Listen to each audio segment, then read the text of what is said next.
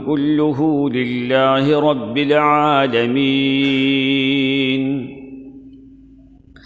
لا شريك له في ذاته وصفاته وأسمائه وأفعاله وحده أحدا فردا منفردا في ذاته العليا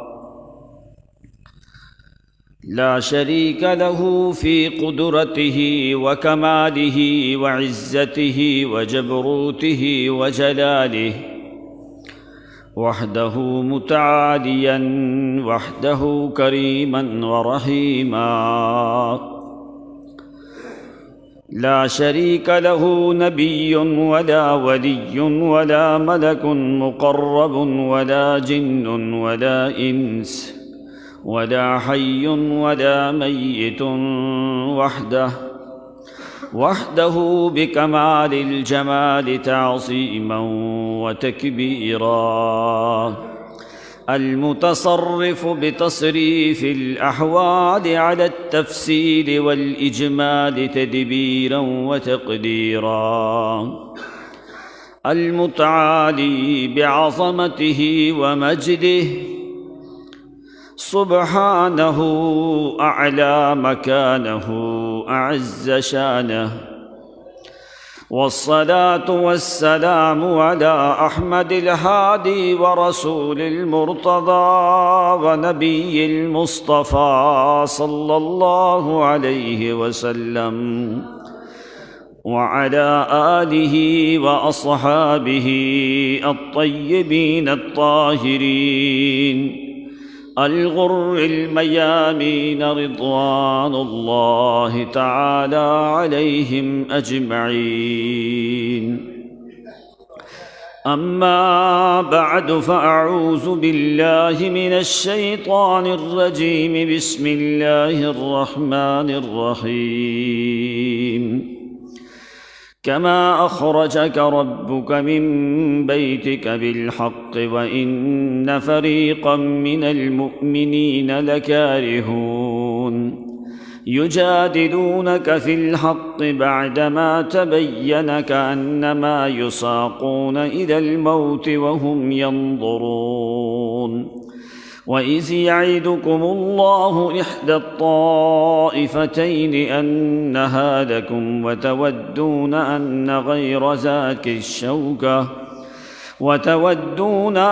غير ذات الشوكة تكون لكم ويريد الله أن يحق الحق بكلماته ويقطع دابر الكافرين ليحق الحق ويبطل الباطل ولو كره المجرمون إذ تستغيثون ربكم فاستجاب لكم أني ممدكم ب1000 من الملائكة مردفين وما جعله الله إلا بشرى ولتطمئن به قلوبكم وما النصر إلا من عند الله إن الله عزيز حكيم إذ يغشيكم النعاس أمنة منه وينزل عليكم من السماء ماء ليطهركم به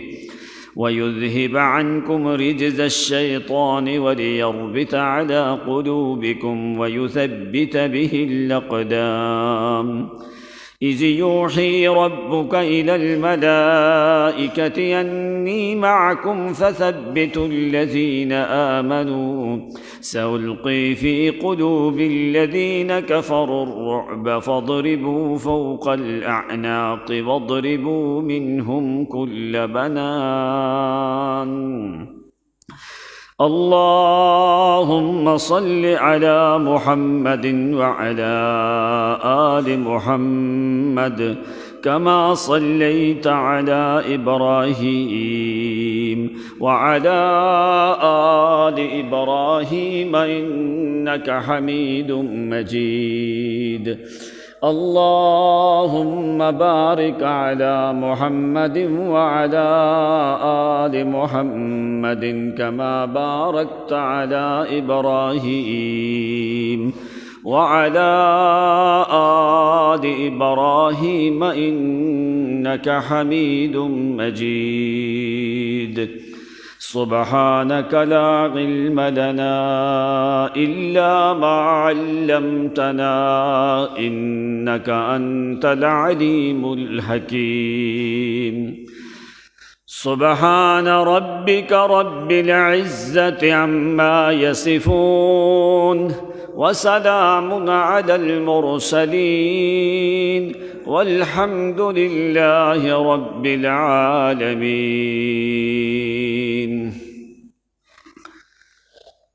واجب الاحترام، معزز، محترم، مکرم بزرگوں اور بھائیوں، آپ کی خدمت میں سورہ انفال کی آیات مبارکہ تلاوت کی ہیں۔ بارگاہ ربانی میں التجا اور دعا ہے کہ اللہ کریم صحیح قرآن و سنت کے مطابق کہہ سکنے کی توفیق عنایت فرمائے، اور تمام تر سامعین حاضرین کو اللہ اپنی رضا کی خاطر دین حق کی صحیح سمجھ عطا فرمائے۔ آج 23 اپریل 2021 اور 10 رمضان المبارک ہے۔ اللہ تعالیٰ اس جمعہ کے دن کو ہمارے لیے رحمات اور برکات کا باعث بنائے۔ بڑا ایک اہم مہینہ، وہ لوگ بڑی قسمت اور مقدر والے لوگ ہیں کہ جن کو اللہ کریم نے صحت اور عافیت کے ساتھ رمضان المبارک کا مہینہ عطا فرمایا، اور اللہ تعالیٰ نے جن کو توفیق دی رمضان المبارک کے مہینے کی عزت و احترام اس طریقے سے کہ دن کو روزہ رکھا اور رات کو اللہ کے سامنے قیام کیا، وہ بڑے ہی معزز اور بابرکت انسان ہیں اللہ کریم کے ہاں، کہ جن کو اللہ کریم نے ایمان بھی دیا، صیام بھی دیا، اور پھر رات کا قیام بھی دیا۔ یہ خاص اللہ کریم کی طرف سے مہربانی اور عنایت ہوتی ہے۔ بہت سے ایسے معاملات جو رمضان المبارک میں پیش آئے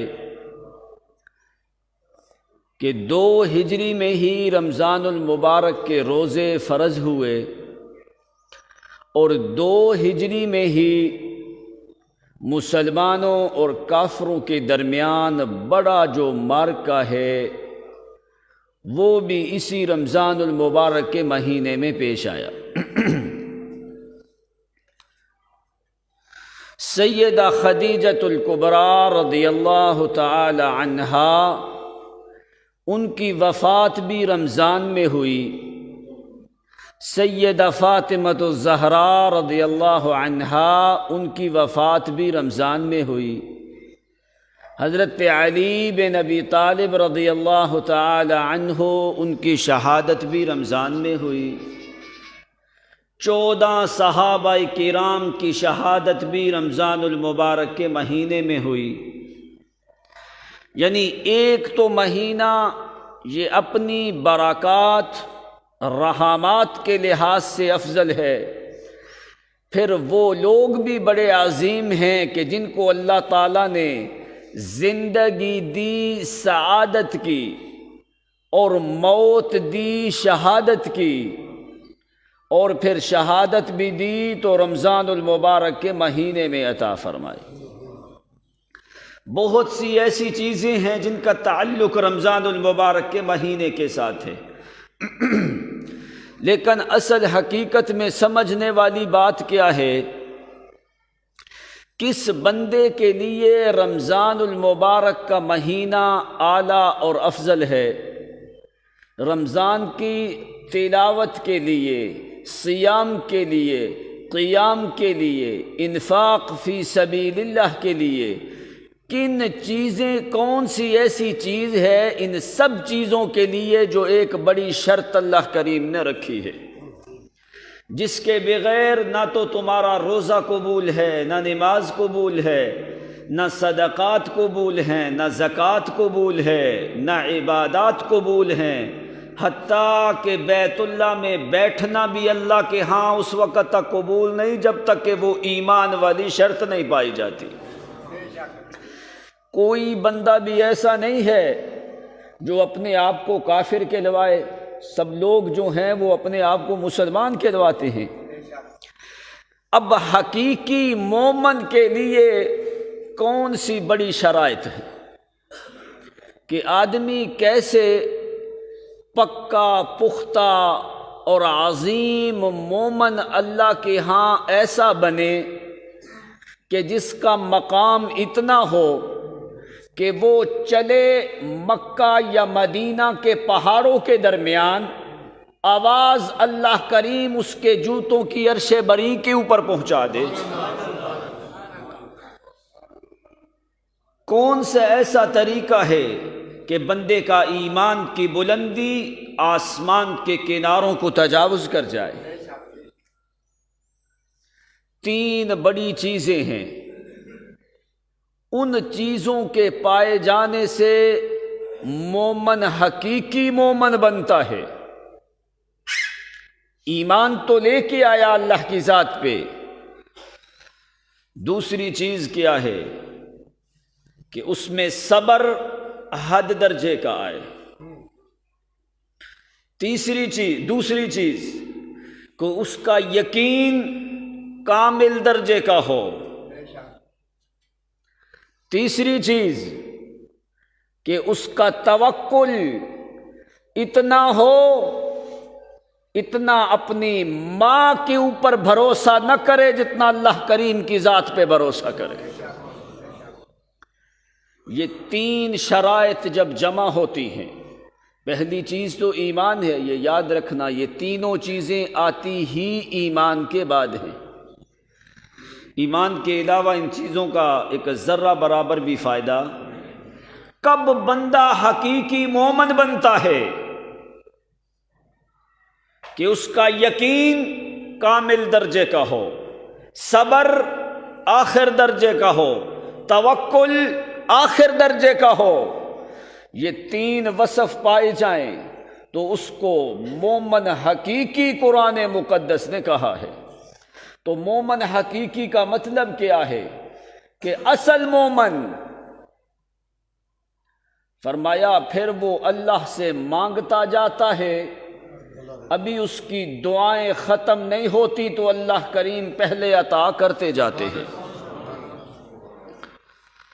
دوسری بات، جو حقیقی مومن ہوتا ہے اگر وہ اپنے کام کاج میں مشغول ہے، اپنی محنت مزدوری میں مشغول ہے، اس کے پاس اتنا ٹائم نہیں ملا کہ میں اللہ سے ساری چیزیں مانگ لوں،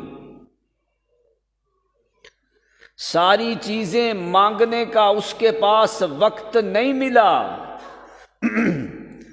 فرمایا ایسے بندے کو اللہ تعالیٰ بغیر مانگنے کے بھی عطا فرما دیتے ہیں۔ کیوں؟ وہ مومن ہونا چاہیے حقیقی، یقین اس کا کامل درجے کا، صبر اس کا کامل درجے کا، توکل اور بھروسہ اس کا کامل درجے کا۔ یہ تین علامات ایمان کے بعد جمع ہوتی ہیں تو ایسے لوگوں کو اللہ کریم نے فرمایا ہے یہ ایسے مومن ہیں جن کے ایمان میں شک نہیں ہے۔ تو ایسے مومن جس وقت کفار کے مقابلے میں ہوتے ہیں تو کبھی ہو ہی نہیں سکتا اللہ تعالیٰ فتح نہ عطا فرمائے۔ اب قرآن نے لفظ کیا بولے فرمایا وَكَانَ حَقًّا عَلَيْنَا نَصْرُ الْمُؤْمِنِينَ، جو حقیقی مومن ہیں ان کی مدد کرنا اللہ فرماتے ہیں ہمارا حق ہے، اور میں خدا اپنے حق سے کبھی بھی تجاوز نہیں کرتا۔ اب جب تک ایمان، یہ مہینہ اللہ کریم نے تمہیں عطا فرمایا ہے، یہ ان تینوں چیزوں کا اعلیٰ درجے کا انسان کو ثبوت دیتا ہے کہ جو یہ تین چیزیں رمضان میں ہو سکتی ہیں عام مہینوں میں وہ چیزیں نہیں ہو سکتی۔ کہ صبر کا مہینہ ہے یہ رمضان المبارک، ایمان اور یقین کو پختہ کرنے کا مہینہ ہے، توکل اور بھروسے کا مہینہ ہے یہ اللہ کی ذات پہ۔ تو اسی لیے ان تین چیزوں کا انسان تدریب اور مشق کر سکتا ہے اس رمضان المبارک اور فضیلت والے مہینے میں۔ اسی لیے اللہ کریم نے صحابہ کرام کے اوپر جو آزمائشیں آئیں اسی مہینے میں زیادہ رکھی ہیں، تاکہ آخر درجے کا لوگوں کے سامنے ایمانیات کا ثبوت لوگوں کے سامنے نمونے کے طور پہ پیش کیا جا سکے۔ اب یہ تین چیزیں ہوں تو مومن حقیقی ہوتا ہے۔ تو اسی لیے قرآن مقدس نے ذکر کیا اسی حق، حقیقی حق کو اور حقیقی مومنوں کو اور حقیقت والی چیز کو بیان کرنے کے لیے اللہ کریم نے محمد عربی صلی اللہ علیہ وسلم کو مبعوث فرمایا ہے۔ اسی حق بات کو ظاہر کرنے کے لیے اللہ کریم نے پیغمبر کو مبعوث فرمایا میرا پیغمبر تیرا وجود بڑا نرم و نازک ہے، تو معصوم عن الخطا پیغمبر ہے، تمہارا مقام ساری دنیا سے زیادہ ہے، لیکن جہاں پہ میرے حق کو بیان کرنے کی ضرورت پڑے تو میرا پیغمبر اگر تمہیں بھی تلوار اٹھانی پڑے تو تمہیں بھی تلوار اٹھانی پڑے گی۔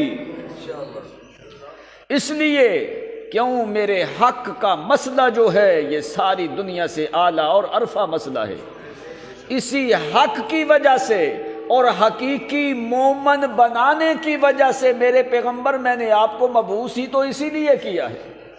اب دیکھ جیسے اللہ کریم نے ان تین چیزوں کو ثابت کیا، یقین بھی آخر درجے کا، صبر بھی آخر درجے کا، بھروسہ اور توکل بھی، اور یہ ساری چیزیں جمع ہوتی ہیں تو تیار ہوتا ہے حق، اور اس کو ماننے والے حقیقی مومن بنتے ہیں۔ اسی حق کے لیے اللہ کریم نے محمد عربی کو نکالا ہے، فرمایا میرے پیغمبر میرے اسی حق بات کی تائید کر جو حق کا حق ہونا واضح ہو جائے، باطل کا باطل ہونا ثابت ہو جائے۔ اب آج سے 2 دن پہلے 8 راتیں رمضان المبارک کی گزر چکی تھی، 8 روزے گزر چکے تھے، تو نبی علیہ الصلاۃ والسلام مدینۃ الرسول میں اعلان کیا، صحابہ کرام کو جمع کیا، فرمایا کہ میرے صحابہ جس بات کے لیے اللہ کریم نے میں محمد کو دنیا میں مبعوث فرمایا ہے، اللہ کی چاہت ہے، میں محمد کی منشا ہے کہ وہ حق بات جو ہے وہ دنیا پہ غالب آئے، حق بھی دنیا پہ غالب آئے اور حق والے بھی دنیا میں غالب آئیں، حق بھی غالب آئے اور حق والے بھی۔ بس یہ 2-3 باتیں ذہن میں رکھنا کہ حق کی علامات کیا ہیں اور کیسے بندہ حقیقی مومن بنتا ہے، اور اللہ کریم نے پیغمبر کو حق بات دنیا تک پہنچانے کے لیے فرمایا میرے پیغمبر اپنے وجود کو تھکا دے تاکہ تیرے وجود کو میں نے دنیا کے لیے نمونہ بنانا ہے، پتہ چلے کہ میرے محمد نے حق بیان کرنے کا حق ادا کر دیا ہے۔ اب قرآن نے کوئی اور جملہ نہیں بولا، سورۃ انفال کی پہلا رکوع دیکھو، 9واں سپارہ ہے، اللہ کریم سے پوچھو یا اللہ تو نے محمد کو بھی نکالا مدینے سے اور صحابہ کرام کو بھی نکالا، تو کیوں نکالا؟ کس وجہ سے آ کے نکالا؟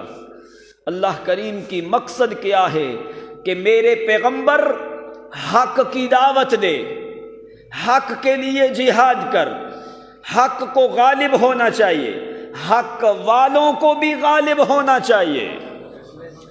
تو میرا حق ہے، اللہ فرماتے ہیں کہ حقیقی مومنوں کی مدد کرنا یہ ہمارے اوپر لازم ہے۔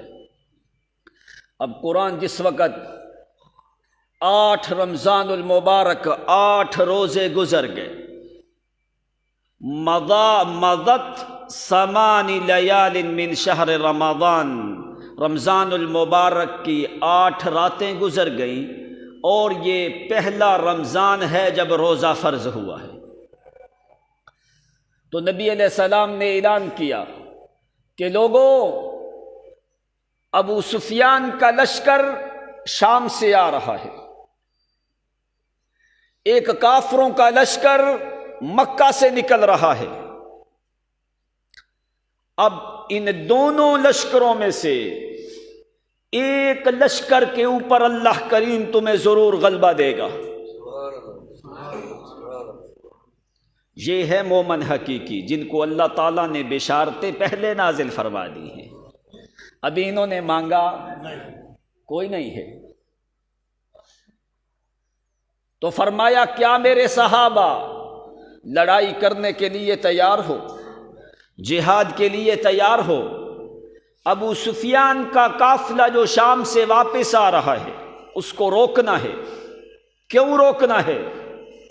کہ میرے صحابہ مکہ سے ہجرت کر کے مدینہ میں آئے، صحابہ کی جائیدادیں کافروں کے پاس، صحابہ کی جاگیر کافروں کے پاس، ان کی زری زر زمین کافروں کے پاس، عمدہ لباس انہوں نے میرے صحابہ کی اتروا لیے، ان کی جو فصل والی زمین ہے ان کے اوپر وہ قابض ہو چکے ہیں، ان کا مال اور دولت انہوں نے غصب کر لیا ہے، ان کے درہم اور دینار انہوں نے اپنے قبضے میں کیے ہیں، ان سے کام کاج کروا کے ان کی محنت مزدوری کے عوض میں انہوں نے میرے صحابہ کو کھجوریں بھی نہیں دی ہیں، جو بھی انہوں نے روک لیے ہیں، ہر چیز جو بھی میرے صحابہ کی جاگیریں جائیدادیں مال اور دولت تھا وہ سب کے اوپر کافر لوگ قابض ہو چکے ہیں، حتیٰ کہ میرے صحابہ تو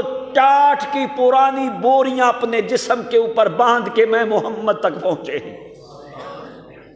اب مجھے اللہ کریم نے حکم دیا ہے کہ ابو سفیان کا جو تجارتی قافلہ آ رہا ہے ان کو روکنا ہے۔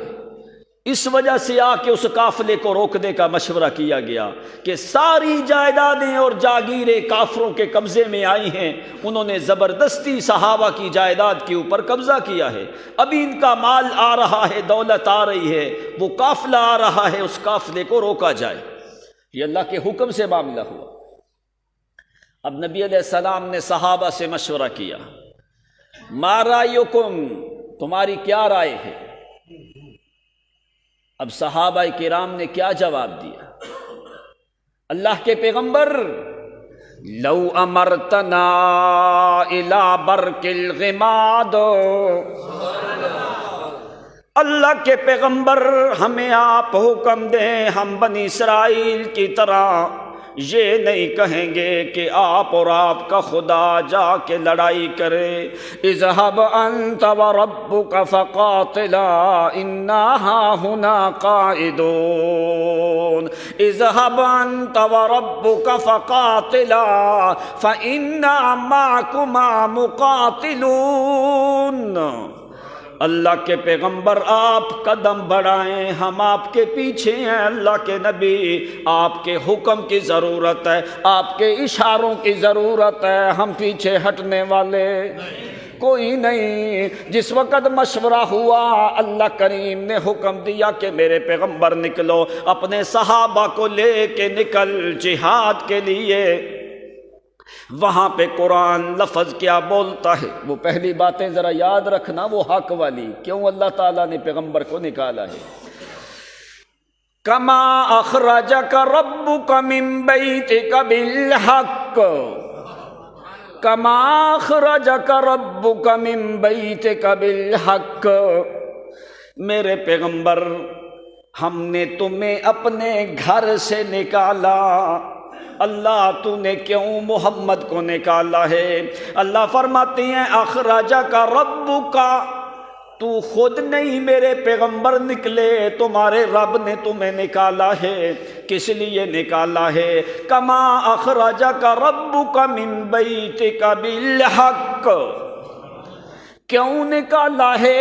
بالحق، تیرا نکلنا بھی حق ہے میرا پیغمبر، تیرا جہاد بھی حق ہے، میری دعوت بھی حق ہے۔ دعوت کیا ہے؟ لہو دعوت الحق، لہو دعوت الحق، اخرجک ربک من بیتک بالحق، تجھے نکالا بھی حق کے ساتھ، تیری دعوت کیا ہے؟ لہو دعوت الحق، تیری کتاب کیا ہے؟ وَأَنزَلْنَا إِلَيْكَ الْكِتَابَ بِالْحَقِّ وَيَسْتَنْبِئُونَكَ أَحَقٌّ هُوَ قُلْ إِي وَرَبِّي إِنَّهُ لَحَقٌّ مَا خَلَقْنَا السَّمَاوَاتِ وَالْأَرْضَ وَمَا بَيْنَهُمَا إِلَّا بِالْحَقِّ أُولَئِكَ هُمُ الْمُؤْمِنُونَ حَقًّا قُلْ هَلْ مِنْ شُرَكَائِكُمْ مَنْ يَهْدِي إِلَى الْحَقِّ قُلِ اللَّهُ يَهْدِي لِلْحَقِّ أَفَمَنْ يَهْدِي إِلَى الْحَقِّ افمن یہدی الی الحق، فرمایا میرے پیغمبر ہر چیز میں نے تم کو حق دی ہے، حق کی دعوت کے لیے میں نے تمہیں روانہ کیا ہے گھر سے۔ کیوں؟ اس لیے میرے پیغمبر ایک ایک چیز تیری حق والی ہے، تیرے مخالف جو ہیں وہ سارے شک والے ہیں۔ تیری کتاب بھی حق ہے، تیرا سفر بھی حق ہے، تیری دعوت بھی حق ہے، تیرے قول بھی حق ہے، تیری ذات بھی حق ہے، تیری بات بھی حق ہے، تیری کتاب بھی حق ہے، تیری جماعت بھی حق ہے، تیری دعوت بھی حق ہے، تیرا بیان بھی حق ہے، تیری لسان بھی حق ہے، تیرا دعوت کا میدان وہ بھی حق ہے،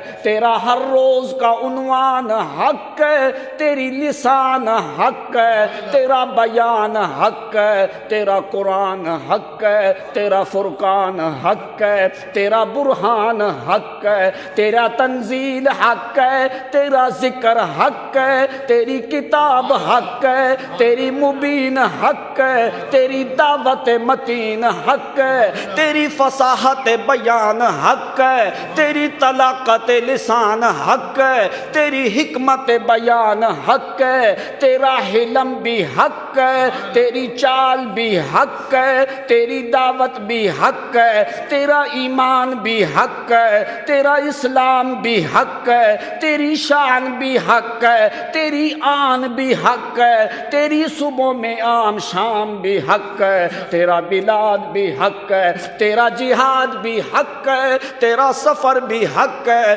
تیرا قیام بھی حق ہے، تیرا کھڑا ہو کے خطاب کرنا بھی حق ہے، تیرا نکلنا بھی حق ہے، تیرا بیٹھنا بھی حق ہے، تیرا چلنا بھی حق ہے، تیرے سفر بھی حق ہے، تیری ہجرت بھی حق ہے، تیرا بدر بھی حق ہے، تیرا احد بھی حق ہے، تیرا حنین بھی حق ہے، تیرا کرد بھی حق ہے، تیرا ہمراہ بھی حق ہے، تیرا دومت الجندل بھی حق ہے، تیرا تبوک بھی حق ہے، تیرا خیبر بھی حق ہے، تیرا مکے کا فتح کرنا بھی حق ہے، تیری عزت اور رافت ذات اور مقام اور تقدس بھی حق ہے، تیرا سفر بھی حق ہے، تیرا قیام بھی حق، تیرا رکوع بھی حق، تیرا سجدہ بھی حق، تیری تسبیح بھی حق، تیری تحمید بھی حق، تیری تکبیر بھی حق، تیری تائید بھی حق ہے، تیری تسبیحات کرنا بھی حق ہے، تیری دعا بھی حق ہے، تیری دعوت بھی حق ہے، تیری رفعت بھی حق ہے، تیری نبوت بھی حق ہے، تیری رسالت بھی حق ہے،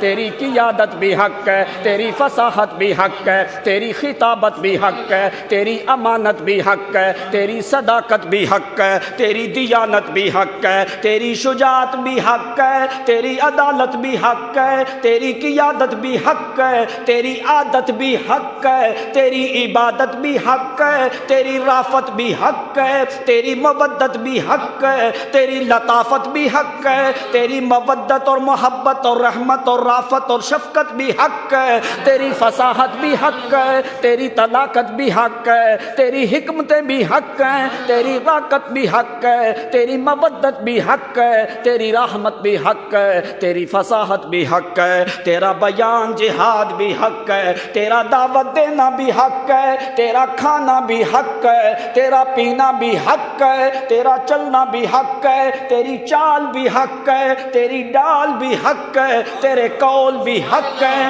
تیرے حرکت بھی حق ہے، تیری رکت اور دقت اور محنت اور مشقت بھی حق ہے، تیری جد و جہد بھی حق ہے، تیرا پہچانا بھی حق ہے، تیرا حلم بھی حق ہے، تیرا صبر بھی حق ہے، تیرا بردباری بھی حق ہے، تیرا اخلاق بھی حق ہے، تیری رفاقت بھی حق ہے، تیری تعظیم بھی حق ہے، تیری تکریم بھی حق ہے، تیری تحسین بھی حق ہے، تیرا ایمان بھی حق، تیرا قرآن بھی حق، تیرا اتقان بھی حق، تیرا احسان بھی حق، تیرا غفران بھی حق، تیرا رحمان بھی حق ہے، تیری جماعت بھی حق ہے، تیرے بندے بھی حق ہیں، تیرے ماننے والے بھی حق ہیں، تیری جماعت بھی حق ہے، تیرے مہاجر بھی حق ہیں، تیرے انصار بھی حق ہیں، تیرے عظیم صحابہ بھی حق ہیں، تیرے پہلے مہاجر صحابہ بھی حق ہیں، تیرے مکے والے صحابہ بھی حق ہیں، تیرے مدینے والے صحابہ بھی حق ہیں، جو یمن سے آئیں وہ بھی حق ہے، جو شام سے پہنچے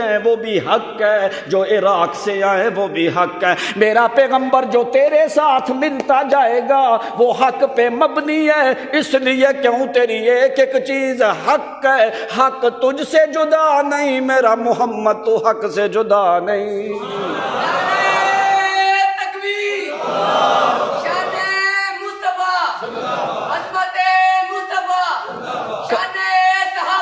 کما اخرجک ربک من بیتک بالحق، میرا پیغمبر ہم نے آپ کو گھر سے روانہ کیا ہے اس حق کی خاطر۔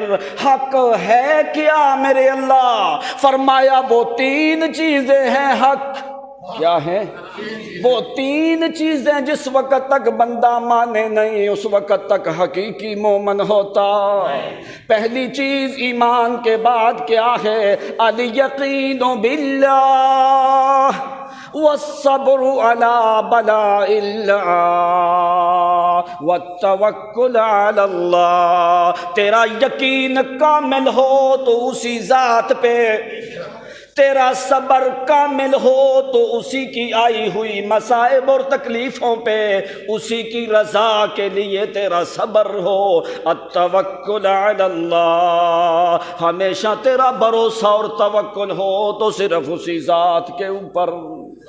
یہ تین چیزیں ہوں، الیقین باللہ، دل میں یقین رکھ کے مشکل کشا کون ہے، حاجت روا کون ہے، عالم الغیب کون ہے، متصرف کون ہے، ذی تصرف کون ہے، معصوم کون ہے، مختار کون ہے، مدبر کون ہے، عالم کی تدبیر کرنے والا کون ہے، خالق کون ہے، رافع کون ہے، مالک کون ہے، سمیع کون ہے، علیم کون ہے، بصیر کون ہے، مجیب کون ہے، قادر اور قدیر اور مقتدر کون ہے۔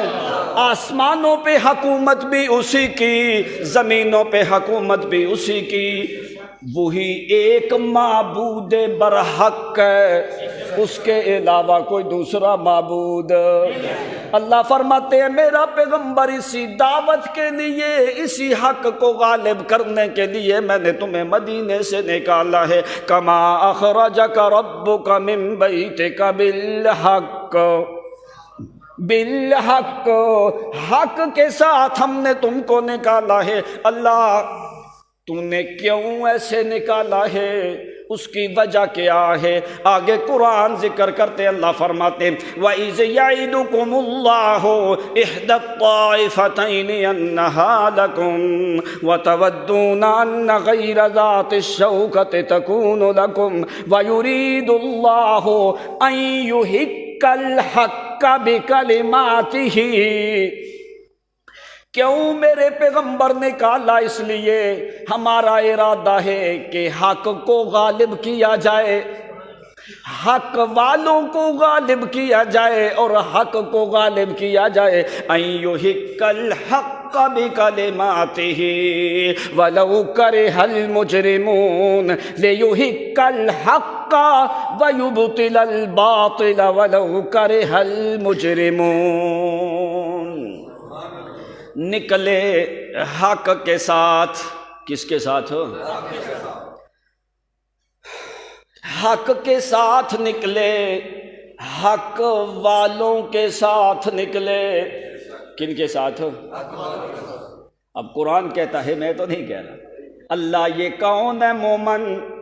اللہ فرماتے ہیں اولئک ھم المؤمنون حقا۔ محمد بھی حق لے کے نکلا، تو جو پیغمبر کے ساتھ نکلے ہیں وہ بھی حق والے مومن نکلے ہیں۔ حق پتہ کیا ہوتا ہے؟ جس میں کبھی کسی حالت میں شک کی گنجائش، کبھی کسی حالت میں شک کی گنجائش۔ یہ تعریف حق کی سمجھ آئی؟ ذرا اس کو ذہن میں رکھ۔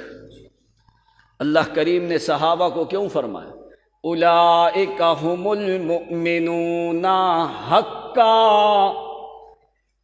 یہ کسی غزوے میں ہوں یا جنگ میں ہوں یا جہاد میں ہوں، میں خدا تمہیں بتاتا ہوں ان کے ایمان میں کبھی بھی شک۔ حق وہ ہوتا ہے جس میں کبھی بھی کسی حالت میں بھی شک کی گنجائش۔ تو لوگ کہتے ہیں لا یعوذ باللہ، سارے صحابہ اسلام چھوڑ گئے، صرف 3 صحابہ باقی رہ گئے۔ اب قرآن پاک جو کہتا ہے، اللہ فرماتے اگرچہ آپس میں ان کے کوئی لڑائی جھگڑے بھی ہو بھی جائے نا، لیکن میں خدا تمہیں بتا دوں، مجھے اپنے جلال کی قسم ہے ان کے ایمان میں شک کوئی نہیں۔ قرآن کہتا ہے شک کوئی نہیں۔ اگر کوئی آدمی کہے کہ شک ہے، پھر وہ اپنی عقل پہ ماتم کرے، لیکن اللہ کی کتاب حق پہ مبنی ہے۔ اولئک ھم المؤمنون حقا، میرا پیغمبر حق کے ساتھ نکلا ہے، حق والوں کو ساتھ لے کے نکلا ہے۔ اللہ کیوں نکلے ہیں؟ فرمایا لیحق الحق، حق کو غالب کرنے کے لیے نکلے ہیں۔ حق کے ساتھ نکلے، حق والوں کے ساتھ نکلے، حق کو غالب کرنے کے لیے نکلے ہیں۔ کوئی دنیا کا مقصد لیحق الحق بکلماتہ ولو کرہ المجرمون۔ اللہ تعالیٰ تمہیں قرآن پڑھنے اور سننے اور سمجھنے کی توفیق دے۔ کبھی تھوڑی سی تکلیف کیا کرو، گھر جا کے خود بھی مطالعہ کیا کرو۔ 9واں سپارہ سورۃ انفال، اس کی 5 آیتوں کے بعد یہ سارا معاملات شروع ہوتے ہیں۔ آدمی دیکھتا ہے کہ اللہ تعالیٰ نے وہ در یتیم ہادی عظیم پیغمبر ہے، کیوں نبی علیہ الصلوۃ والسلام کو شدت اور گرمی اور تکلیف میں نکالا ہے؟ اس لیے کہ میرے محمد کی امت کے لیے ایک آسان سا ایمان اور حق اور اسلام کا طریقہ نمونے کے طور پہ واضح ہو جائے۔ تکلیفیں یا تو محمد نے اٹھائیں یا محمد کے صحابہ نے اٹھائی ہیں، اور آسانیاں اللہ تعالیٰ نے تمہارے لیے پیدا کر دی ہیں۔ اس لیے ان لوگوں کے احسانات جو ہیں ان کے بدلے تم دے سکتے۔ اخرجک ربک من بیتک بالحق، من بیتک، ذرا قرآن نے بڑا اچھا جملہ بولا، میرے پیغمبر آپ کے گھر سے ہم نے آپ کو روانہ کیا ہے۔ بیتک، بیوتک نہیں، آپ کے گھروں سے، حالانکہ اس وقت 9 امہات المومنین کے حجرے موجود ہیں مدینہ الرسول میں۔ کتنے امہات المومنین کے؟ تو اللہ کریم نے مفرد کا صیغہ ذکر کیا ہے۔ حضرت خدیجۃ الکبریٰ کی وفات ہو چکی ہے، باقی امہات المومنین موجود ہیں 9 حجرے مدینہ الرسول میں، لیکن اللہ کریم نے مفرد کا صیغہ ذکر کیا ہے۔ کما اخرجک ربک من بیتک، میرے پیغمبر تیرے رب نے آپ کے گھر سے آپ کو روانہ کیا۔ من بیتک، وہ کون سا گھر ہے؟ کیا وہ حفصہ بنت عمر کا حجرہ ہے؟ کیا وہ ام حبیبہ رملہ بنت ابی سفیان کا حجرہ ہے؟ کیا وہ جویریہ کا حجرہ ہے؟ کیا وہ ماریہ قبطیہ یا ریحانہ کا حجرہ ہے؟ کیا وہ زینب بنت جہش کا حجرہ ہے؟ کیا وہ زینب بنت خزیمہ کا حجرہ ہے؟ کیا وہ ہند ام سلمہ کا حجرہ ہے؟ وہ کس کا حجرہ ہے؟ من بیتک، او میرا محمد اس حجرے سے نکالا جو تیری محبوبہ کا حجرہ ہے۔ وہ عائشہ صدیقہ کے حجرے سے میرا محمد تجھے روانہ کیا۔ بیت کہا جاتا ہے ما یبات فیہا، جس میں اتنی ہی جگہ ہو کہ بندہ آرام سے رات گزار سکے، جس میں کوئی تیسری چارپائی کی جگہ بھی اتنی کوئی نہ ہو۔ تو فرمایا کما اخرجک ربک من بیتک، او میرا محمد ہم نے تجھے حجرے سے نکالا، تیرے گھر سے جس وقت ہم نے روانہ کیا، ہائے وہ گھر کس کا؟ وہ گھر عائشہ صدیقہ کا، وہ گھر عائشہ صدیقہ طیبہ طاہرہ رضی اللہ تعالی عنہا کا۔ اس لیے اللہ کریم نے من بیتک، کیوں؟ وہ حجرہ محبوب محمد کریم کو، اس لیے اللہ کریم نے مفرد یہاں پہ ذکر کیا ہے۔ فرمایا میرے پیغمبر حق کے ساتھ نکالا ہے، حق والوں کے ساتھ نکالا ہے، اور حق کو غالب کرنے کے لیے نکالا ہے۔ لِيُحِقَّ الْحَقَّ وَيُبْطِلَ الْبَاطِلَ وَلَوْ كَرِهَ الْمُجْرِمُونَ۔ نکلے نبی علیہ الصلوۃ والسلام یوم الاثنین، سوموار کے دن 8 راتیں گزر چکی رمضان المبارک کے مہینے کی۔ نبی علیہ الصلوۃ والسلام نکلتے ہیں مدینہ الرسول سے، نکل کے سلکو من طریق العقیق، نبی علیہ الصلوۃ والسلام مدینہ سے نکل کے وادی عقیق کے راستے سے گزرتے ہوئے، گزرتے گزرتے جا کے بیر روحا کی طرف سے گزرنے لگے ہیں۔ یہ ہیں صحابہ جنہوں نے وہ راستے شمار کیے جس راستے سے محمد کریم گزرتے جاتے ہیں۔ صحابہ نے بتایا او لوگو اللہ کی قسم، نبی علیہ السلام یوں نکلے، یوں نکل کے اس مقام پہ نماز ادا کی ہے، یہاں سے ادا کر کے آگے وادی عقیق کی طرف پہنچے، عقیق سے نکل کے یوں درمیان والا راستہ جو باریک اور تنگ راستہ ہے فج طریق، اس راستے سے نکلتے نکلتے نکلتے جا کے بیر روحا کی طرف سے نکلتے گئے ہیں۔ یہ صحابہ کرام جہاں پہ محمد کریم چلتے گئے، صحابہ کرام ان راستوں کو اپنے ذہن میں محفوظ کرتے گئے تاکہ آنے والی امت کو پتہ چلے کہ صحابہ کرام نے محمد کریم کا ایک لعاب بھی ضائع ہونے دیا۔ تمہارے تک اسلام ایمان پہنچا ہے تو صحابہ کی وجہ سے آ کے پہنچا ہے۔ اپنے واستعمل علی المدینۃ عبداللہ ابن ام مکتوم رضی اللہ تعالی عنہ، نبی علیہ السلام نے عبداللہ ابن ام مکتوم کو مدینہ میں والی امیر مقرر کر کے کہ تو نے پیچھے نمازیں پڑھانی ہے، میں محمد کی مسجد میں۔ نبی علیہ الصلوۃ والسلام نکل گئے۔ جس وقت نکلنے لگے، مدینے سے باہر پہنچے، صحابہ کرام مہاجرین والانصار جو ہیں یہ سارا اپنے ساز و سامان لے کے بھی نکلے ہیں، صرف 2 بندے فرسان ہیں گھوڑے کے اوپر سوار، باقی یہ قافلہ پیدل ہے، چند اونٹ ہیں، 2 بندے گھوڑے کے اوپر سوار ہیں۔ پتہ ہے وہ کون سے 2 بندے؟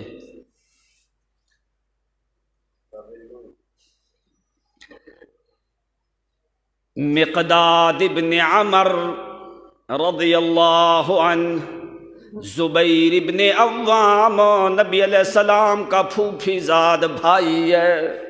ان 2 بندوں کے پاس گھوڑے ہیں، یہ 2 فرسان ہیں، گھوڑے کے اوپر نکلے ہیں، نبی علیہ الصلوۃ والسلام بھی ساتھ۔ کہنے لگے اللہ کے پیغمبر اب 3 بندے ایک اونٹ کے اوپر باری باری سوار ہوتے ہیں، 180 کلومیٹر دور یہ بدر کا مقام ہے، 2 میل ایک بندہ پیدل چلتا ہے، پھر 2 بندے اوپر بیٹھتے ہیں، پھر وہ دونوں اترتے ہیں، پھر ایک بیٹھتا ہے تاکہ اونٹ جو ہے وہ بھی آسانی کے ساتھ چلتا رہے۔ نبی علیہ الصلوۃ والسلام کی باری آئی چلنے کی، تو صحابی کہتا اللہ کے پیغمبر میں صحابی کی غیرت گوارا نہیں کرتی کہ محمد کریم اونٹنی کی نکیل پکڑ کے چلیں اور میں صحابی اوپر سوار ہو جاؤں، اللہ کے پیغمبر میرا ایمان اجازت دیتا۔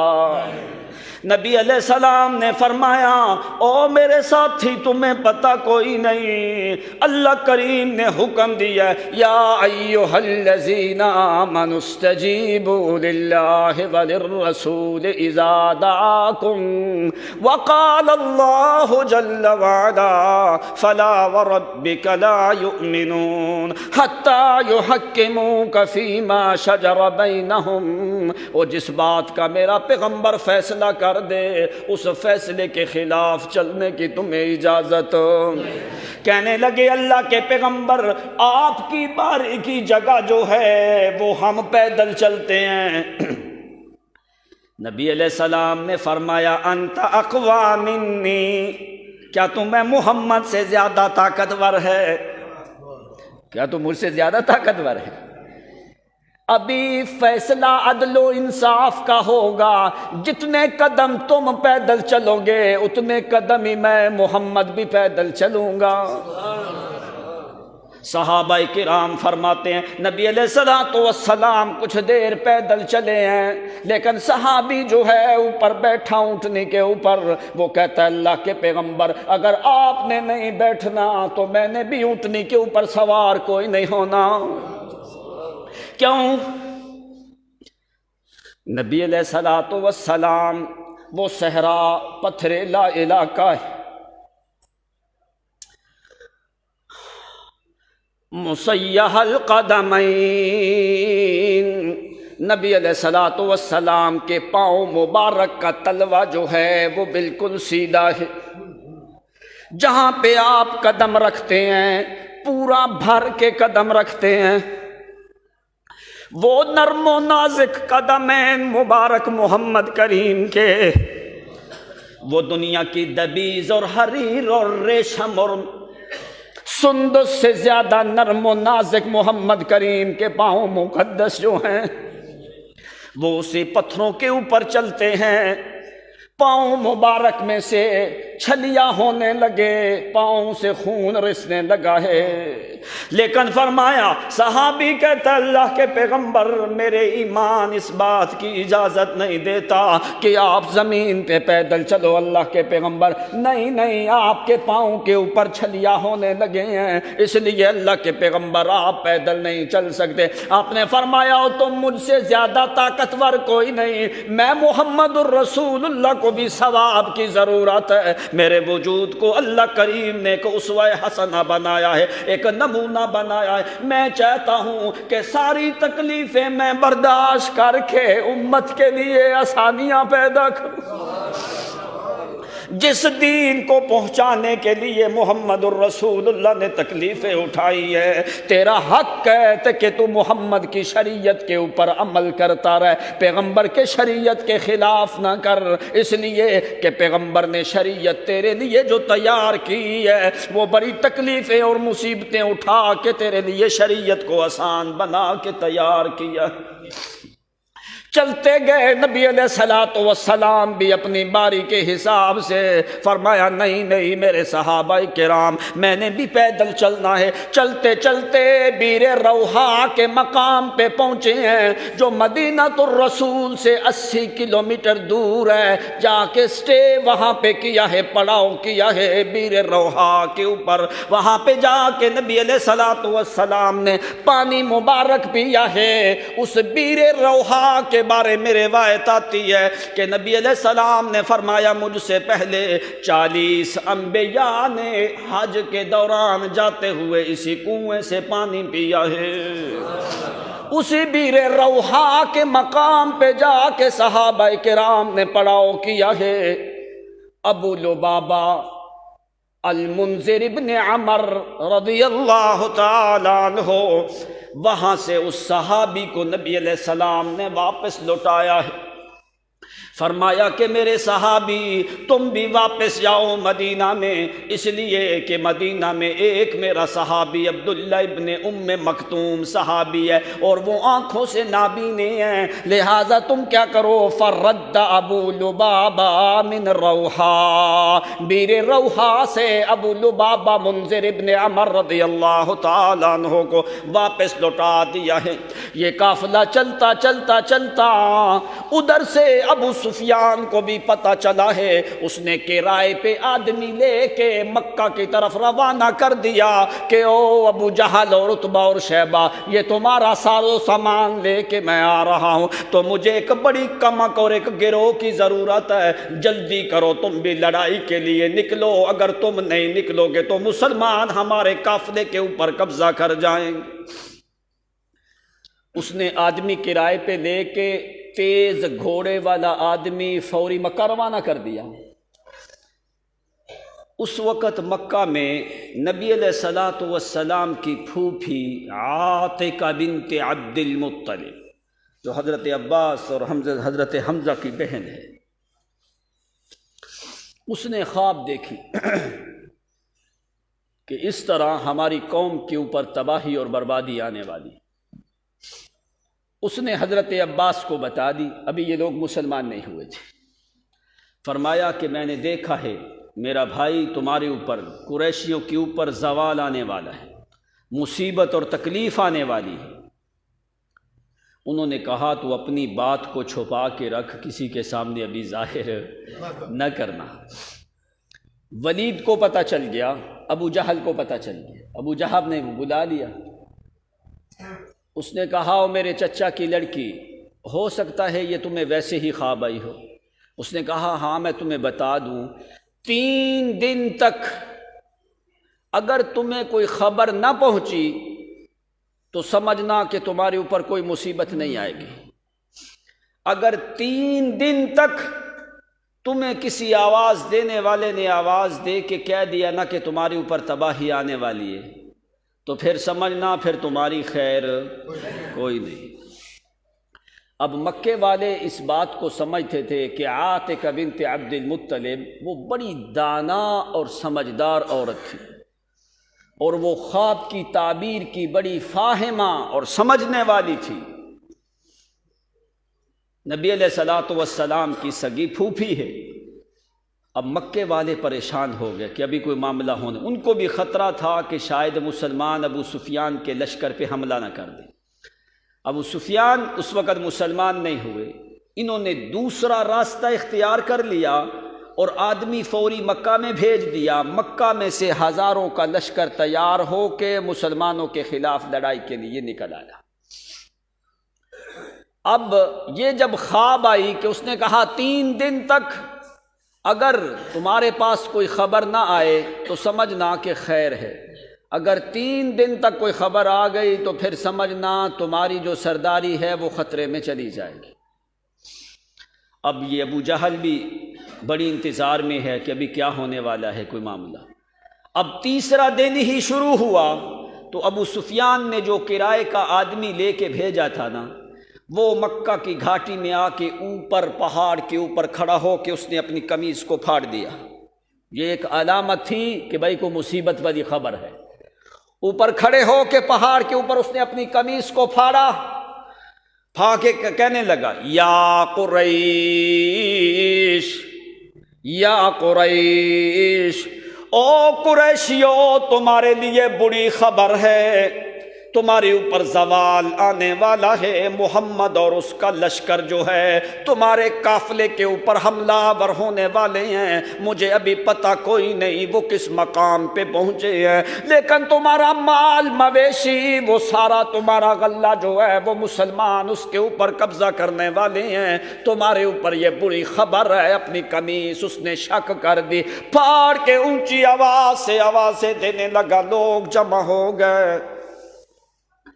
ابو جہل، ولید، عتبہ، اخنس، ابی، عباس، یہ سارے وہاں پہ موجود، کہنے لگے اللہ کی قسم آتے کا کہ خواب جو ہے وہ جھوٹی، ابھی کوئی معاملہ خطرے میں ہے۔ ابو جہل اعلان کرنے لگا جلدی جمع ہو جاؤ، اسلحہ لے کے، زرہ لے کے، نیزے لے کے، تلواریں لے کے، تیر لے کے، لوگ جمع ہو جاؤ، جلدی کرو ابھی نکلنا ہے، مسلمانوں کا کلا کما کریں گے، ان کو آج ہم ختم کر کے چھوڑیں گے۔ وہ حق والی بات ذرا یاد رکھنا، اللہ فرماتے ہیں حق کو غالب کرنا یہ ہمارے اوپر لازم ہے، حق کی مدد کرنا یہ ہمارا حق ہے، حق والوں کو ہم ہمیشہ غالب کیا کرتے ہیں۔ ادھر ابو جہل نے لشکر تیار کر لیا، 1000 آدمی تیار ہو گئے، اونٹ، گھوڑے، 300 کے قریب ان کے پاس گھوڑے ہیں، باقی سارے اونٹ ہیں، بڑا مال متاع، نیزے، تلواریں، جنگجو، بڑا لشکر تیار کر کے یہ تکبر اور فخر کے ساتھ اس نے لشکر تیار کیا، یہ نکلنے لگے۔ ادھر سے نبی علیہ الصلوۃ والسلام بھی نکل رہے ہیں۔ ضمری نامی آدمی نبی علیہ الصلوۃ والسلام روحا سے نکل کے آگے کا وادی میں پہنچے، وہاں پہ نبی علیہ الصلوۃ والسلام صحابہ کو ایک جگہ پہ بٹھا کے ابو بکر صدیق اور نبی علیہ الصلوۃ والسلام یہ دونوں نکلے۔ کون؟ ابو بکر اور نبی علیہ الصلوۃ والسلام۔ فرمایا چلو ابو بکر صدیق کسی راستے والے سے خبر لے کہ ابو سفیان کا لشکر کدھر پہنچا ہے۔ خبر وہ لیتا ہے جو عالم الغیب، مسئلہ بھی سمجھا کرو کہ نہیں، جو اصل مسائل ہیں ہر چیز کو جاننے والا کون؟ چل ابو بکر صدیق جا کے کسی راستے والے بندے سے پوچھا جائے کدھر لشکر پہنچا ابو سفیان کا۔ ضمری نامی گھوڑے کے اوپر آدمی سوار، ادھر نبی علیہ الصلوۃ والسلام اور ابو بکر صدیق ہیں۔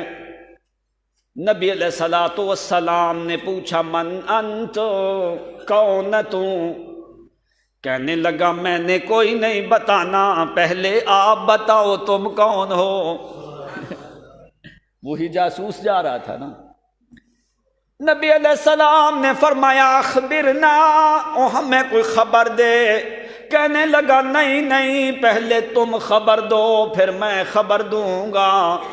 نبی علیہ الصلوۃ والسلام نے فرمایا اخبرتنا اخبرنا نخبرک، پہلے تو ہمیں خبر دے پھر ہم تمہیں بتائیں گے، پہلے تو ہمیں بتا پھر ہم تمہیں بتائیں گے۔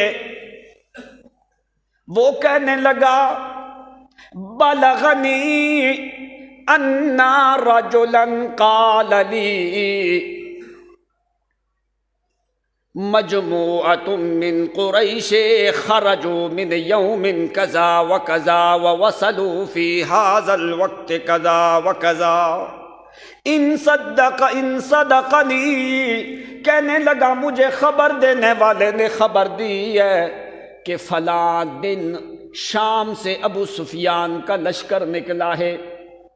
اگر خبر دینے والے نے مجھے خبر صحیح دی ہے، اسی دن اگر وہ نکلے ہیں تو وہ ابھی اس مقام پہ پہنچے ہیں، تو اگر مجھے خبر دینے والے نے خبر دی ہے کہ محمد اور محمد کے صحابہ یوم الاثنین سوموار کے دن 8 رمضان کو وہ مدینہ سے نکلے ہیں، اگر وہ 8 رمضان کو نکلے ہیں مدینہ سے، تو میری تحقیق کے مطابق ابھی وہ اس مقام پہ پہنچے ہیں، اسی جگہ کا نام لیا جہاں پہ صحابہ کرام موجود تھے۔ وہ اونٹوں کے قدموں سے حساب لگاتے تھے کہ اس ٹائم پہ اونٹ نکلے اور اس راستے سے جائیں تو اتنے دن میں یہ قافلہ یہاں پہ پہنچتا ہے۔ تو کہنے لگا مجھے خبر دو اپنے بارے میں، ساری خبر دے کہ مجھ تک یہ خبر پہنچی ہے کہ محمد کا لشکر فلاں مقام پہ پہنچا ہے، ابو سفیان کا لشکر فلاں مقام پہ پہنچا ہے۔ تو ابھی اس نے ساری خبر دے دی تو نبی علیہ الصلوۃ والسلام کو کہنے لگا اخبرنا من انتما، مجھے خبر دو تم کون ہو۔ اب دیکھ نبی علیہ الصلوۃ والسلام کا جواب، آپ نے یہاں پہ توریہ بولا ہے، توریہ سمجھتے ہو؟ آپ نے اس نے کہا من انتما، تم کون ہو؟ نبی علیہ السلام نے فرمایا نحن من الماء، ہم پانی سے ہیں۔ کس سے ہیں؟ اللہ تعالیٰ نے کیا فرمایا کہ خلق کل شیء من ماء، ہم نے ہر چیز کو پانی سے پیدا کیا ہے۔ تو نبی علیہ السلام نے فرمایا نحن من الماء، ہم تو پانی سے ہیں۔ یہ بات جواب دے کے نبی علیہ السلام اور ابو بکر صدیق اپنے گھوڑے اونٹ کو واپس کیا ہے، جانے لگے۔ وہ آدمی یتفکر، وہ سوچنے لگا من الماء العراق ام من الماء الشام، وہ کہنے لگا پتہ نہیں یہ عراق کے پانی والے بندے ہیں یا یہ شام کے پانی کے آدمی ہیں۔ اس کو کہا جاتا ہے توریہ، کہ سمجھنے والا اور سمجھے لیکن بولنے والے متکلم جو ہے اس کی مراد اور ہو۔ جیسے حضرت ابو بکر صدیق نکلے نا ہجرت میں، تو راستے میں پوچھا گیا من انت ومن معک، کون تم، تیرے ساتھ کون ہے؟ اگر وہاں پہ ابو بکر صدیق رضی اللہ تعالیٰ عنہ بتائیں کہ میرے ساتھ نبی علیہ الصلوۃ والسلام ہیں، وہ تو کافر سارے پہلے مخالف ہیں۔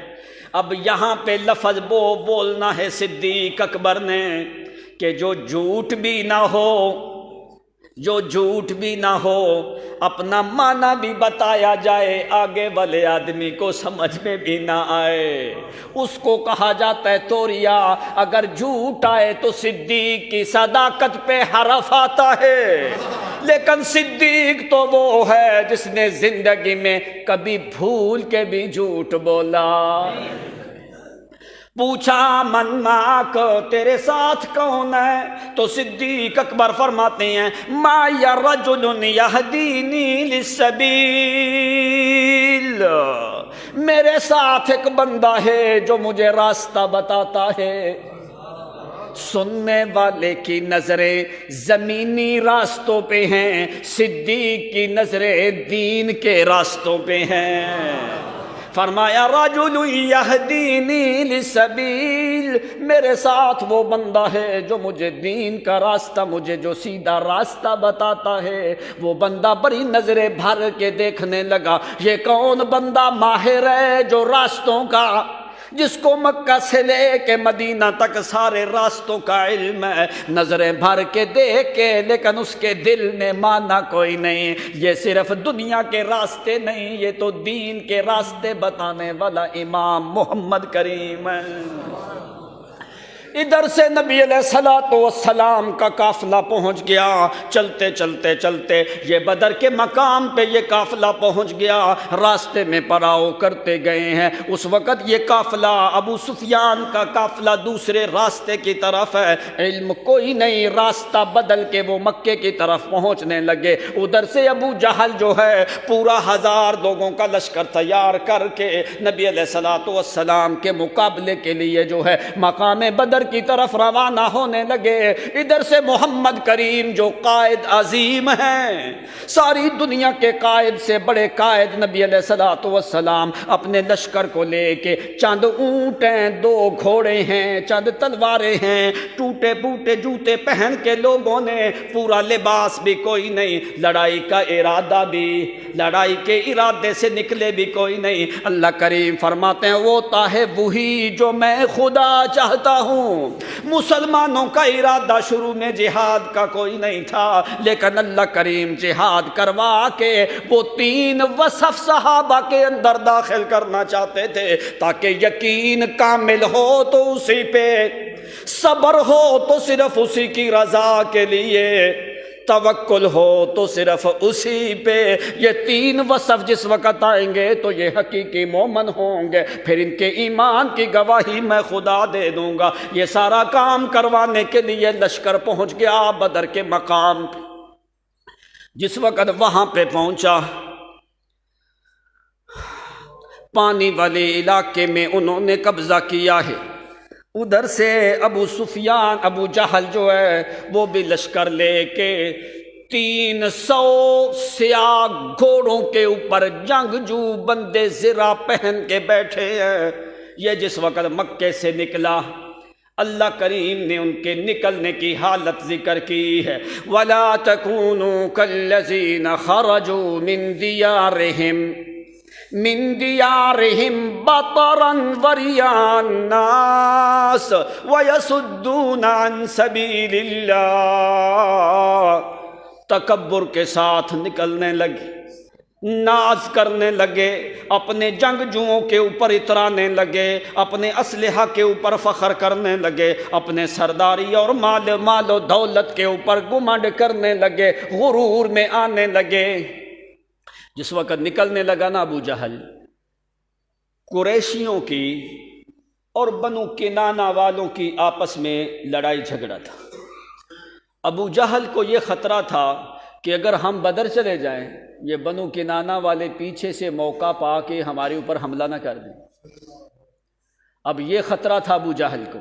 اب دیکھو شیطان ظالم کیسے جو ہے کفر کا ساتھ دیتا ہے۔ اب بنو کنانہ والوں کا سردار جو ہے وہ ہے سراقۃ بن مالک بن جعشم المدلجی۔ یہ سردار ہے بنو کنانہ والوں کا، جن کی مخالفت ہے ابو جہل کے ساتھ۔ وہ دور باہر ادھر رہتے ہیں اور یہ کافر ابو جہل جو ہے یہ ادھر رہتا ہے۔ اب شیطان کو موقع ملا، شیطان نے کہا کہیں ایسا ہی نہ ہو کہ ابو جہل بزدل ہو جائے اس بات کے اوپر کہ بنو کنانہ والے میرے اوپر حملہ نہ کر دیں، تو یہ کہیں نکلے ہی نہ مسلمانوں کے، چلو میں اس کا جا کے ساتھ دیتا ہوں۔ شیطان آیا، اس سراقہ بن مالک بن جعشم المدلجی کی شکل اختیار کر کے سیدھا ابو جہل کے پاس آ گیا۔ آگے کہتا ہے ابو جہل تیری ہماری جو ہیں وہ مخالفت جو ہے وہ تو چلتی رہتی ہے، لیکن محمد کے مقابلے میں ہم تیرے ساتھ ہیں، ہم پیچھے ہٹنے والے، ہماری طرف سے تو فکر نہ کر، کوئی آدمی جو ہے تمہارے علاقے کی طرف آئے گا نہیں، میں تیرے ساتھ ہوں، تو گھبرا نہیں، تیرے ساتھ میں جاتا ہوں۔ اب اس بات کو قرآن نے کیسے ذکر کیا؟ وَإِذْ زَيَّنَ لَهُمُ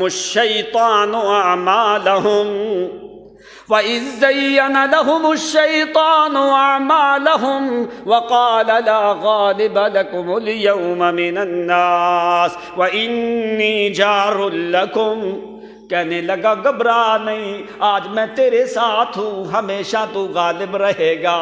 یہ کافر کو کافر نہیں، یہ شیطان ہے، سوراقہ کی شکل میں ابو جہل کا بازو پکڑ کے اس کو پکڑا ہوا ہے، پکڑ کے کہنے لگا گھبرانے کی ضرورت، لا غالب لکم اليوم من الناس،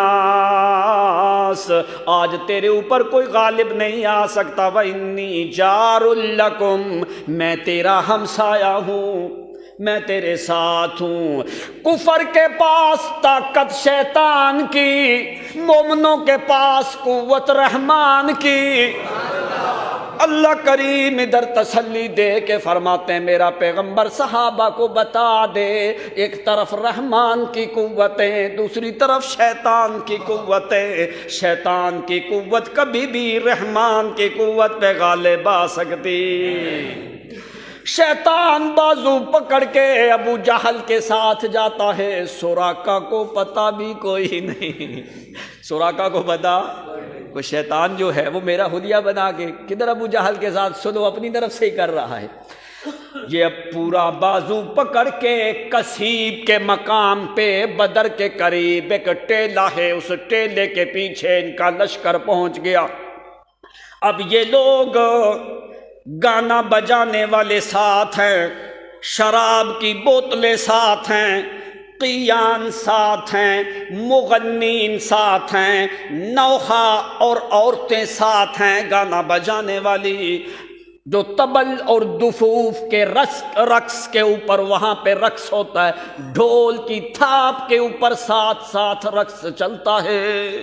فرمایا شیطان نے مزین کیا، گانا بجانا بھی والے بھی ساتھ ہیں، دفوف جو ہے ڈھول اور طبل کے اوپر اس کی آوازیں بھی نکالی جاتی ہیں، قیان اور مغنین لڑکے اور لڑکیاں بھی گانا بجانے والی بھی ساتھ ہیں، سارے کھانا دانا بھی ساتھ لے کے بڑی اپنی چادر کو لمبا کر کے نیچے ابو جہل جو ہے، ابو جہل بھی نکلا ہے، ولید بھی نکلا ہے، عتبہ بھی نکلا ہے، شیبہ بھی نکلا ہے، ان دونوں کے لڑکے بھی نکلے ہیں، شیبہ اس کے چچے کا لڑکا بھی نکلا ہے، ابو البختری بھی نکلا ہے، عمرو ابن ہشام بھی نکلا ہے، یہ سارے کافر بڑے بڑے جو ہیں سردار نکل کے، حضرت عباس رضی اللہ تعالیٰ عنہ بھی ساتھ ہیں، یہ سارے نکل کے گانا بجانا مکہ سے یوں نکلے ہیں، نکل کے یہ مدینے کی راستے کی طرف آئے ہیں۔ مدینے کے راستے میں درمیان میں جحفہ میقات آتی ہے، اس میقات سے گزرتے ہوئے جو کچھ لمبا راستہ ہے، جس راستے پہ قافلے کم جاتے ہیں، یہ اسی راستے سے چلتے چلتے بدر پہنچے ہیں۔ مکہ سے لے کے بدر تک پہنچنے تک انہوں نے 97 اونٹ ذبح کیے ہیں اپنے فوجیوں کو کھلانے کے لیے۔ ہر پڑاؤ کے اوپر کبھی 10 اونٹ ذبح کرتے، کبھی 9 اونٹ ذبح کرتے۔ مکہ سے لے کے بدر تک انہوں نے 9 پڑاؤ راستے میں کیے ہیں، اور ہر پڑاؤ کے اوپر انہوں نے 10 اونٹ ذبح کیے ہیں یا 9 اونٹ ذبح کیے ہیں۔ مخزومی نے سب سے پہلے اپنے 10 اونٹ ان کافروں کے لیے ذبح کیے تھے، 97 اونٹ ذبح کیے جب تک لڑائی شروع نہیں ہوئی، بدر میں پہنچ گئے۔ اب یہ لشکر بھی پہنچ گیا، نبی علیہ الصلوۃ والسلام کو بھی خبر مل گئی، آپ نے فرمایا اللہم ہذہ قریش قد خرجوا بخیلائہا، اے اللہ یہ قریشیوں کا لشکر بڑے تکبر سے، بڑے اتراتے ہوئے، بڑے ناز اور فخر سے، بڑے قینات اور معازف سے، بڑے دفوف اور طبل اور مزمار اور مغنیات سے، اللہ یہ سارے کفر سے نکلے ہیں، اللہ ان کا سر ابھی تو نے دبانا ہے، تیری قوت بلند ہیں، تحادک وتکذبون رسولک، اللہ یہ تجھے اور تیرے رسول کو جھٹلانے والے یہ ظالم لوگ ہیں، اللہ ان کے سر خاک میں ملا دے۔ جس وقت یہ لشکر وہاں پہ پہنچ گیا، ادھر صحابہ کرام کا لشکر جو ہے یہ بھی بدر کے مقام پہ پہنچ گیا۔ اب ایک بندہ مل گیا، نبی علیہ الصلوۃ والسلام نے پوچھا کتنے آدمی ہیں؟ اس نے کہا بہت زیادہ ہے۔ آپ نے فرمایا کوئی اندازہ؟ کہتا ہے کوئی اندازہ نہیں، بڑی لوگ ہیں۔ آپ نے فرمایا اچھا مجھے یہ بتا انہوں نے کتنے اونٹ ذبح کیے؟ انہوں نے کہا ایک ٹائم کے اوپر وہ 10 اونٹ ذبح کرتے ہیں یا کبھی 9 اونٹ ذبح کرتے ہیں۔ تو نبی علیہ السلام نے فوری بتا دیا، آپ نے فرمایا میرے صحابہ کافروں کی تعداد 900 سے لے کے 1000 کے درمیان تک ہے۔ ایک اونٹ کا گوشت 100 آدمی کے قریب جو ہے وہ کھاتا ہے۔ تو آپ نے فرمایا 1000 کے قریب جو ہے تعداد، یہ کافروں کی تعداد ہے۔ ادھر صحابہ کرام، ادھر جو ہے کافروں کا لشکر ہے۔ ابھی نبی علیہ الصلوۃ والسلام دعائیں کرنے شروع کر دی۔ اب صحابہ کرام کی صفیں نبی علیہ الصلوۃ والسلام نے درست کی۔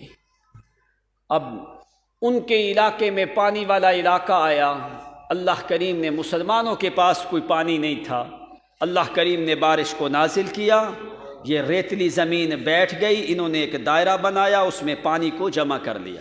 اب صحابہ کرام کی صفیں تیار کی۔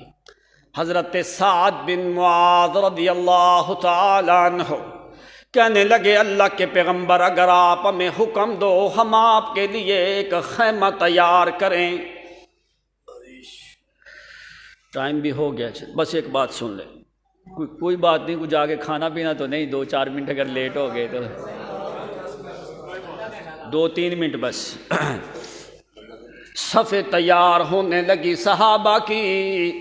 نبی علیہ السلام نے فرمایا ٹھیک ہے خیمہ تیار کیا جائے، جس خیمے کا نام خیمۃ العریش، آج اس مقام پہ مسجد تعمیر ہے جس مسجد کا نام ہے مسجد العریش، وہاں پہ نبی علیہ السلام کا خیمہ لگایا۔ نبی علیہ السلام باہر آئے، صفیں تیار کی صحابہ کرام کی، اس جگہ کے اوپر بیٹھ جانا ہے۔ فعدل صفوف الصحابۃ وفی یدہ قدح، ایک کانا، ایک لکڑی باریک سی، ایک کانا محمد الرسول اللہ صلی اللہ علیہ وسلم کے ہاتھ میں ہے۔ نبی علیہ السلام نے فرمایا جہاں پہ میں صفوں میں بٹھاؤں گا انہی صفوں کے اوپر تم نے بیٹھنا ہے مسلمانوں۔ مثلث کی شکل میں نبی علیہ السلام نے صفیں تیار کروائی ہیں تاکہ نماز ادا کرنے کے لیے بھی کوئی دقت اور پریشانی نہ ہو۔ ایسا طریقہ نبی علیہ السلام نے جہاد میں نماز کا بتایا ہے نا کہ انسانوں کی عقلیں حیران رہ جاتی ہیں۔ کیسا نبی علیہ السلام نے طریقہ، کیسی شکل میں صحابہ کرام کو کھڑا کیا کہ ایک دوسرے کے آگے بھی نہیں آتے اور ایک ایک رکعت پڑھ کے اپنے اپنے مقام میں پہنچ جاتے ہیں۔ آج تک جو ہے دنیا میں بڑے بڑے جو ممالک ہیں وہاں پہ وہی طریقہ ہے جو اسلامی ممالک ہیں، وہ جو نبی علیہ السلام نے بدر میں طریقہ استعمال کیا تھا۔ ابن غزیہ وہ اپنی صف سے آگے نکل کے کھڑا ہے۔ نبی علیہ السلام فعدل الصفوف، اس کانے کے ساتھ صفیں سیدھی کر رہے ہیں کہ اس طریقے سے صفوں میں بیٹھنا ہے میرے صحابہ۔ ابن غزیہ وہ اپنی صف سے آگے نکل کے یوں صف سے بائن ہو کے مستعصلاً اے متقدماً صف سے آگے نکل کے کھڑا ہے۔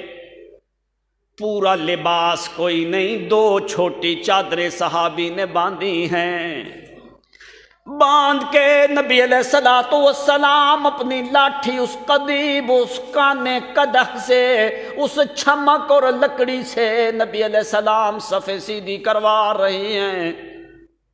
موت کے منہ میں جس وقت بندہ ہوتا ہے اس کی سوچیں کہیں اور ہوتی ہیں، لیکن یہ دیکھ یہ محمد کے صحابہ کی سوچ وہاں پہ پہنچتی ہے جہاں پہ تیری سوچیں ختم ہو جاتی ہیں۔ یہ موت کا جام پینے سے پہلے ان کے دل میں وہی محبت محمد کریم کی موجود ہے۔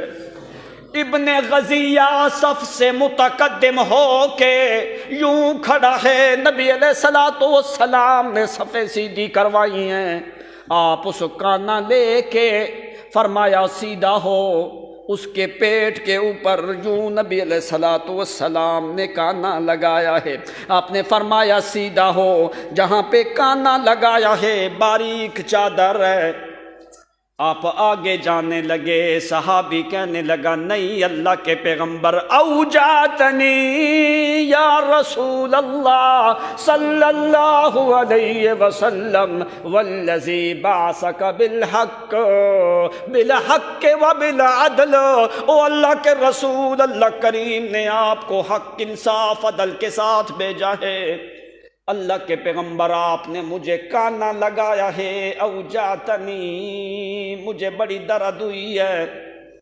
اوجاتنی یا رسول اللہ صلی اللہ علیہ وسلم۔ قدرتی جس وقت نبی علیہ السلام نے کانا لگایا وہاں پہ لگا جہاں پہ چادر نہیں تھی، سیدھا اس کے پیٹ کے اوپر لگا ہے، تو کہنے لگا فاستقد منک، اللہ کے پیغمبر اللہ کریم نے آپ کو عدل، انصاف، حق کے ساتھ بھیجا ہے، آپ نے مجھے درد کی ہے، اللہ کے نبی میں نے بدلہ لینا ہے، استقد منک، اللہ کے پیغمبر میں نے بدلہ لینا ہے، آگے جانا کوئی نہیں، باقی صفیں بعد میں سیدھی کرنا، اللہ کے پیغمبر پہلے میں نے بدلہ لینا ہے، اوجاتنی، اللہ کے پیغمبر آپ نے کانے کی نوک مجھے لگائی ہے، مجھے درد ہوئی ہے، میرے پیٹ کے اوپر چادر کوئی نہیں تھی، تو اللہ کے نبی اللہ نے آپ کو عدل کے ساتھ بھیجا، باقی صفیں بعد میں سیدھی کرنا، پہلے میں فرمایا پہلے مجھے بدلہ دو اللہ کے پیغمبر۔ تو جس وقت یہ بات کی ہے فرفع قمیصہ صلی اللہ علیہ وسلم، نبی علیہ الصلوۃ والسلام نے اسی مقام کے اوپر اپنی قمیص مبارک اپنے پیٹ سے ہٹا دی ہے، آپ نے فرمایا فاستقد منی، جلدی کر مجھ سے بدلہ لے، میں باقی صفحے بعد میں سیدھی کروں گا، پہلے میں محمد تجھے بدلہ دے لوں۔ تو جس وقت نبی علیہ الصلوۃ والسلام نے اپنی قمیص مبارک اٹھائی ہے اپنے پیٹ مقدس سے، تو فرمایا ایسے لگا کانہ قطعۃ قمر، ایسے لگا ہے اللہ کی قسم جیسے 14ویں کا چاند نکلا ہے، فی بیاض بطنہ، محمد کریم کے پیٹ مبارک کی سفیدی دیکھ کے وہ غزیہ کا بیٹا فوری جو ہے چمٹ جاتا ہے نبی علیہ الصلوۃ والسلام کے پیٹ مبارک کے ساتھ، پیٹ مبارک پہ بوسہ دے کے پھر اپنا دایاں رخسار محمد کے پیٹ سے لگاتا ہے، لگا کے پھر بوسہ دیتا ہے، پھر اپنا بایاں رخسار محمد کے پیٹ پہ لگاتا ہے، نبی علیہ الصلوۃ والسلام نے فرمایا ٹھیک ہے بس کرو، غزیہ کا بیٹا کہتا ہے اللہ کے پیغمبر اللہ کی قسم پوری زندگی میں مجھے اتنی لذت نہیں آئی،